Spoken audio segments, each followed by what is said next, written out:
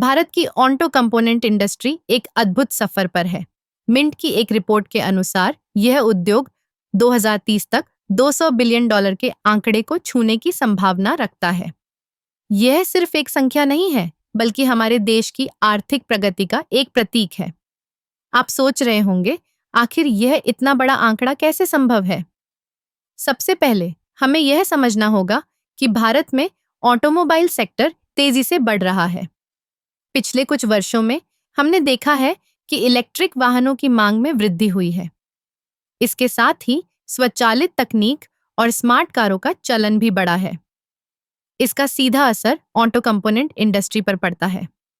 जब नई तकनीकें आती हैं, तो उन्हें सपोर्ट करने के लिए नए कंपोनेंट्स की आवश्यकता होती है। जैसे जैसे हम इलेक्ट्रिक और हाइब्रिड वाहनों की ओर बढ़ते हैं, बैटरी, इलेक्ट्रॉनिक्स और अन्य महत्वपूर्ण कंपोनेंट्स की मांग भी बढ़ेगी। भारत में कई कंपनियां इस क्षेत्र में काम कर रही हैं, जो न केवल घरेलू बाजार को सप्लाई कर रही हैं, बल्कि अंतर्राष्ट्रीय स्तर पर भी अपनी पहचान बना रही हैं। जैसे कि टायर, ब्रेक सिस्टम और इंजन पार्ट्स बनाने वाली कंपनियां, जो अब वैश्विक स्तर पर प्रतिस्पर्धा कर रही हैं। इसके अलावा सरकार की नीतियां भी इस उद्योग को बढ़ावा देने में महत्वपूर्ण भूमिका निभा रही हैं। मेक इन इंडिया जैसे कार्यक्रमों ने स्थानीय उत्पादन को प्रोत्साहित किया है।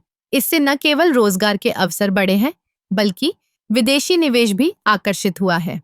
अब जब हम इस उद्योग के भविष्य की बात करते हैं, तो हमें यह भी ध्यान में रखना चाहिए कि स्थिरता और पर्यावरण संरक्षण भी महत्वपूर्ण है।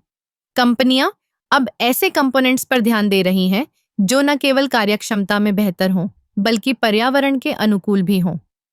इस तरह भारत की ऑटो कंपोनेंट इंडस्ट्री न केवल आर्थिक विकास का एक महत्वपूर्ण हिस्सा है, बल्कि यह हमारे देश की तकनीकी प्रगति और नवाचार का भी प्रतीक है। अगर हम इस दिशा में आगे बढ़ते रहे, तो निश्चित रूप से 2030 तक $200 बिलियन का आंकड़ा छूना कोई असंभव बात नहीं है।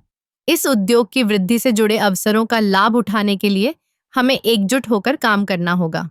यह सिर्फ एक उद्योग नहीं, बल्कि हमारे भविष्य की नींव है।